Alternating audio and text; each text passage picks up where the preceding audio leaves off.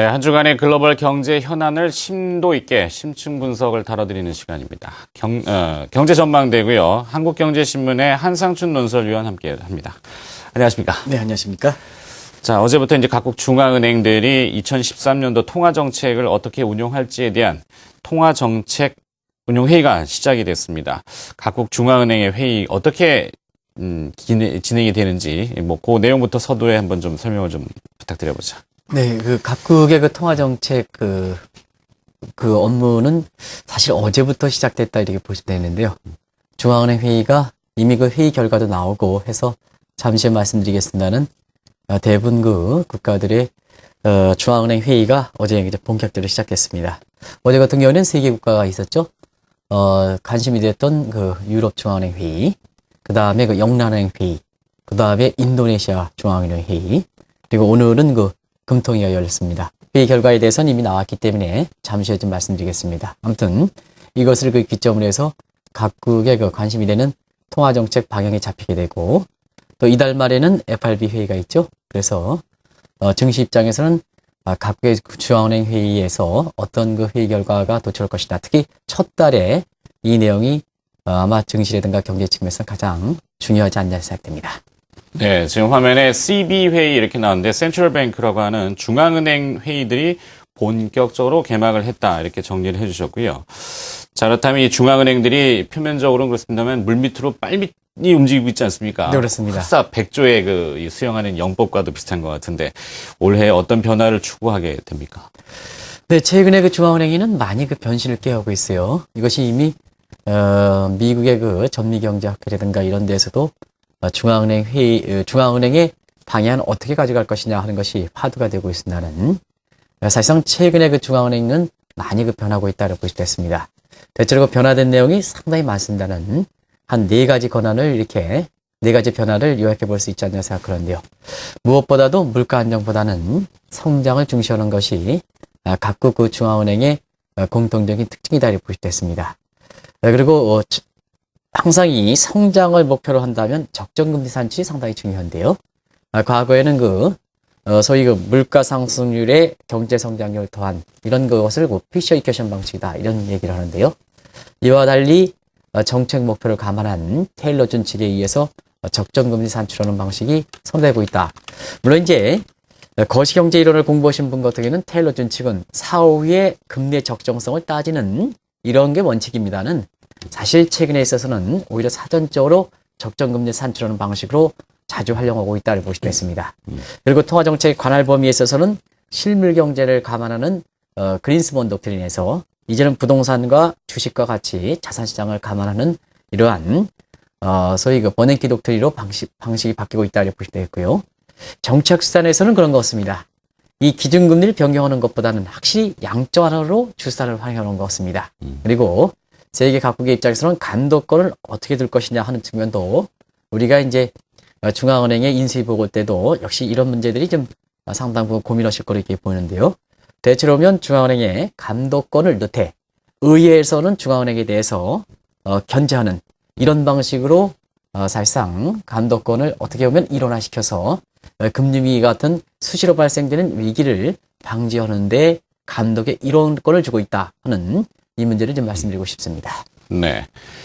자, 우리나라의 한국은행 홈페이지에 방문을 해보시면요. 첫 화면에, 메인 화면에 한국은행의 최우선 목표는 물가 안정입니다. 그리고 각국 중앙은행도 대부분 물가 안정을 최우선 목표로 하고 있는데 말씀하신 내용 들어보면 성장의 포커스로 옮겨가면서 행보를 움직이고 있단 말이죠. 그러면 물가가 지금 안정되어 있다는 이야기, 전제 조건인가요?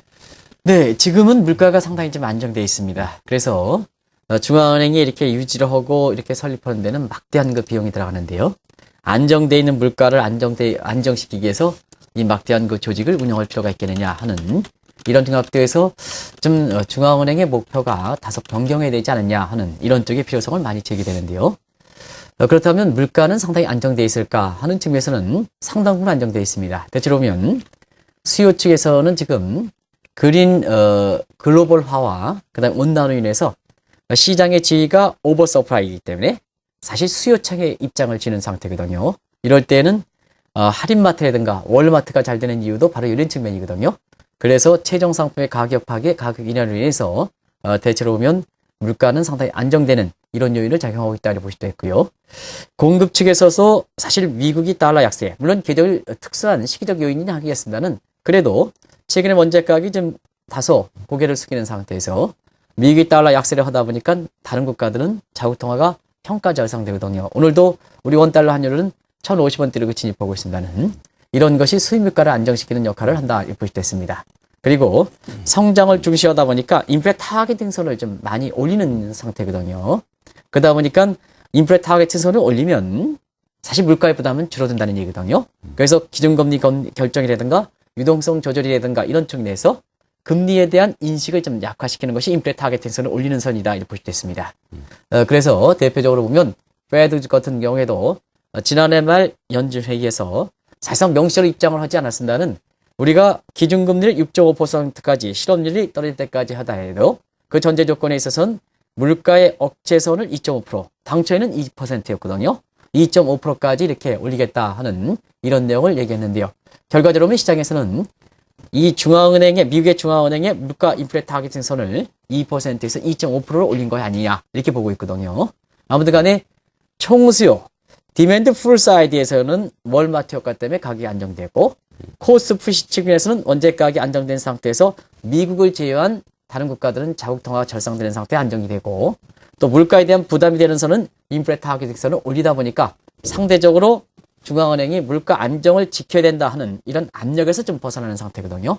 그러다 보니까 전반적으로 물가 안정보다는 성장 쪽으로 가야 되는 것이 아니냐 하는 이런 시각을 많이 좀 제시하고 있다고 볼 수 있습니다. 그렇군요. 자, 오늘 김중수 한국은행 총재가 브리핑을 통해서 1분기 중에 금리를 인하할 가능성도 있다 내비쳤습니다. 성장 포커스인 것 같긴 한데요. 그러면 각국의 기준금리 어떻게 앞으로 진행될 거로 보십니까? 대체로 보면 인상 요인과 인하 요인도 동시에 가지고 있다고 볼 수 있습니다. 그러다 보니까 지금 4개국이 어제 오늘과 걸쳐서 중앙은행 회의에 있습니다는 기준금리는 동결이 다 됐습니다. 왜 그러냐면 사실상 그렇습니다. 지금 상태에서는 물가가 안정되어 있기 때문에 성장을 중시한다면 사실 기준금리는 내려야 됩니다. 그러나 기준금리가 너무 내린 상태이기 때문에 이 기준금리를 내리더라도 경기 부양 효과가 그렇게 크지 않은 유동성 함정에 처해 있는 상태거든요. 또 한 가지는 지금 분명히 시청자 여러분 어떻게 생각하십니까? 세계 경기는 리스크적인 측면에서는 많이 좀 완화되는 것 같습니다. 유럽의 위기라든가 그 다음에 미국의 재정절벽 문제라든가 국가 부채 한도 확대 문제라든가 일본의 앵커에 따른 디플레 문제라든가 중국 경제의 경착륙 문제라든가 이런 것이 이제 그동안 세계 경제의 어떤 위험률을 꺼봤고 또 그 다음에 그 기준금리를 이렇게 내리는 큰 요인 중에 하나로 이렇게 작용했습니다는 지금은 이런 요인들이 완전히 해결됐지 않다 하더라도 부분적으로 자, 지금서부터 이런 위기로 인해서 주가를 최소한 크게 떨어뜨리는 요인은 없지 않느냐 하는 상황이거든요. 그러면 시청자 여러분 어떻게 생각하시겠습니까? 그동안 중앙은행이 양적 완화 정책이라든가 각종 형태를 통해서 돈이 많이 공급한 문제가 호딩되거나 퇴장되거나 아니면 단기 부동화되어 있는데요. 이게 돈이 돌기 시작하면 바로 인플레에 이렇게 나올 수 있는 가능성이기 때문에 이것을 선제적으로 잡기에는 금리를 좀 인상할 수 있는 요인도 있다 이렇게 보여지거든요. 그런 각도에서는 일종의 통화정책 측면에서는 인하 요인도 있고 인상 요인은 병거전 상태인데요. 이때에는 각국의 중앙은행이 시간을 갖고 좀 지켜보자 하는 측면에서 기준금리는 이렇게 4개국에서 중앙은행 회의가 있었습니다는 어제 오늘 걸쳐서 전부 동결했다 이렇게 볼 수 있습니다. 그렇군요. 자, 아주 이례적인 경우가 아니라면 연초부터 금리를 만지는 경우는 거의 저도 본 적은 없는 것 같습니다. 자, 그렇다면은 이 중앙은행의 중앙은행 뭐 이런 닉네임도 있습니다만 미국의 연방준비제도 사실상에 가장 큰 영향을 주게 되는데 이달 말에 또 있습니다. 통화정책 방향은 어떻게 예측하고 계십니까? 대체로 작년 12월 달에 페드의 그 마지막 회의의 내용을 보면 올해 미국의 통화정책이 어떻게 갈 것이냐 하는 측면을 우리가 아실 수가 있을 거라고 생각하는데요. 대체로 보면 미국은 그렇습니다. 통화정책이 기준금리 정책, 그 다음에 유동성 조절 정책, 이건 이제 양적 완화 정책으로 대변되겠죠. 그리고 우리가 이렇게 그 중앙은행에서 크게 이렇게 부각되는 중에 하나가 사실상 그렇습니다. 지금의 문제에 대해서 어떤 각도로 풀어갈 것이냐 하는 그래서 재정 정책과의 그 분할 문제가 있거든요. 이것도 통화 정책에 영향을 미친다 이렇게 볼 수도 있거든요. 최근처럼 국채 금리가 빠르게 올라간 상태에서 이 요인도 굉장히 중요하다고 봅니다. 왜냐하면 재정 정책과 통화 정책이 서로 따로 놀게 되면 한편에서는 경기 부양을 해도 한편에서는 그걸 맞장구 치지 못한다면 사실상 정책에서 의도하는 경기 부양 효과라든가 이런 쪽이 많은 부분은 상쇄될 가능성이 높거든요. 그래서 페드의 중앙은행은 과거에는 독립적으로 생각했습니다는 항상 오바마 정부의 재정정책과 같이 연관시킨다. 그래서 은행회장이 자기 부처 이외의 재정절벽의 문제에 대해서도 미 의회에 촉구하는 것도 바로 그런 측면에 대해 이해하시면 되겠습니다. 그런 것 같아서 세 가지 방향성 가지고 올해 통화정책 방향을 말씀드리면 일단 초저금리는 그대로 유지할 거라고 보습니다. 지금 실업률이 7.8%이기 때문에 이걸 6.5%까지 떨어질 때까지 금리는 고용과 연계시키는 소위 인플로이먼트 타겟팅 정책을 했기 때문에 사실상 이 내용은 지킬 때까지 실업률이 6.5%까지 이렇게 지켜지지 않겠냐. 그러면 올해 미국의 실업률은 6.5% 떨어질까 해서 지금 상태에서는 6.5% 떨어지려면 최소한 내년 하반기는 가야 될 것 같습니다. 그래서 기준금리는 그대로 유지된다. 다만 올해 같은 경우에는 경기가 좀 빨리 살아나고 경우에 따라서는 작년 3분기에 3%로 도달한 입장에서 보면 올해 세인트루이스 연방 이렇게 은행 같은 경우에는 미국의 경제 성장이 3%까지 올라갈 수 있다. 이렇게 얘기하거든요. 그러면 잠재 성장을 육박했을 때 그동안 돈에 뿌린 거에 의한 인플레의 요인들을 어떻게 잡을까? 기준금리를 변경하지 못한다면 바로 그것이 양적 완화 정책의 정책을 통해서 이렇게 조절할 수 있다는 얘기거든요. 그래서 벌써부터 지난해 그 3분기에 양적 완화 정책의 경제 성장률이 3.1%까지 올라가다 보니까 사실 선제적 차원에서 실제 실행 여부와 관계없이 양적 완화 정책의 조기 논쟁, 조기 종료 문제가 벌써부터 거듭나던 거다 이렇게 보실 수 있습니다. 그래서 양적 완화 정책은 그때그때 경기에 따라서 사실상 충분히 조절할 수 있는 정책 수단을 가지 않겠나 이렇게 보고 있습니다. 네. 자, 전 세계 유동성에 가장 큰 키를 쥐고 있는 미국의 연준, 페드라고 하는 곳에서 지금 경기가 좋아지면 당연히 출구 전략을 시행하게 되죠. 이것이 양적 완화의 조기 종료 이렇게도 표현이 되는데 어떤 과정과 어떤 진행 방식을 통해서 이것이 이루어질까라고 보시고 계십니까? 일단 그 시청자 여러분께 말씀드릴 것은 양적 완화 정책의 조기 종료든 그 위에 추진하는 출구 전략은 일부 그 경제 식견이 부족한 사람은 마치 증시의 악재다, 경기의 악재다 이렇게 생각하는데요. 이건 아닙니다. 양적 완화 정책 조기 종료가 출구 전략도 기본적으로는 미국 경제를 안정화시키는 거고 금융시장을 안정화시키는 게 기본 목표다 하는 것을 다시 한번 말씀드립니다. 왜냐하면 양적 완화 정책의 조기 종료라든가 그 다음에 출구 전략 얘기하면 마치 증시에서는 악재가 되는 것처럼 얘기하시는 분이 상당히 많기 때문에 사실상 그렇습니다.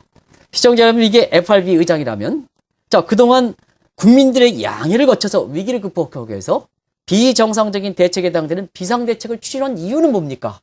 사실 미국의 경기 회복시키고 위기를 극복하시는 문제죠. 그럼 이렇게 애를 써서 경기를 극복했는데 이런 상태에서 출구 전략 이런 것을 추진해서 경기에 악재가 된다면 사실상 출구 전략은 추진하지 않는 거거든요. 근데 문제는 그렇습니다. 비정상적인 대책이라는 것은 하늘에서 돈을 뿌린 정책, 금리도 서너 단계씩 내리는 정책은 이 정책은 정상화, 경제가 정상화되고 금융시장이 정상화되면 사실 많은 부작용을 안고 있는 거 아니겠습니까? 그걸 노출시키면 사실 나중에는 또 다른 문제가 되거든요. 그래서 경제가 어느 정도 안정이 될 때는 선제적 차원에서 양적 완화 정책 조기 종료, 출구 전략에서 미국의 탄탄한 경제를 유지하게끔 하는 것이 바로 출구 전략이다 하는 것을 말씀드립니다. 너무 이렇게 시청자분이라든가 이 잘못된 정보 전달하는 사람들에 의해서 출구 전략이 마치 경기와 중시에는 주가는 폭락시키는 요인으로 이렇게 하는데요. 절대 잘못된 얘기다 이렇게 보실 수 있습니다. 그래서 양적 완화 정책 조기 종료라든가 출구 전략도 기본적으로 미국의 경기 회복, 그 다음에 금융시장의 안정을 흐트러지지 않는 선에서 추진한다. 그러다 보니까 우리가 출구 전략 추진할 때는 급진적 방식보다는 아주 미국 경제, 금융시장, 미국 경제 안정을 흐트러지지 않은 선 점적 방식으로 추진한다. 그래서 예를 들어서 착시 효과를 먼저 제거한다든가 그래도 출구 전략의 필요성이 있으면 최근에 얘기 나오는 양적 완화 정책이 조기 종료한 틀에서 유동성을 휘두르는 게 아니라 지금 양적 완화 정책이 추진했으면 중단시킨다. 그래도 출구 전략이 필요하다 하면 그때에서는 양적 완화 정책을 적극적으로 회수한다. 다시 말하면 양적 완화 정책에서 풀린 돈을 회수한다. 그리고 마지막에 그래도 부작용이 나올 때는 기준금리를 올린다. 이렇게 보시면 되겠습니다. 한 가지 분명히 말씀드리면 여러 사람들의 강의를 통해서나 이렇게 하면 출구 전략은 막시 증시 악재다 생각하시는 사람이 있습니다는 절대 그렇지 않다. 출구 전략이라든가 양적 완화 조기 논쟁은 금융시장 안정, 그 다음에 미국 경제 기본적으로 경기 회복에 목표를 두고 있다 하는 것을 말씀드립니다. 그렇군요. 자, 너무 편향된 시각보다는 그 속에 들어있는 것을 곱씹어 보면서 결국에는 상식 수준에서 이해를 해보면은 정상적인 이 출구 전략은 중장기적으로는 오히려 호재가 될 수 있다. 이렇게 다시 한번 강조를 해주셨습니다. 경제 전망대 글로벌 이슈를 또 하나하나 짚어봤는데요. 또 한국경제신문의 한상춘 논설위원이 수고를 해주셨습니다. 고맙습니다. 네, 고맙습니다.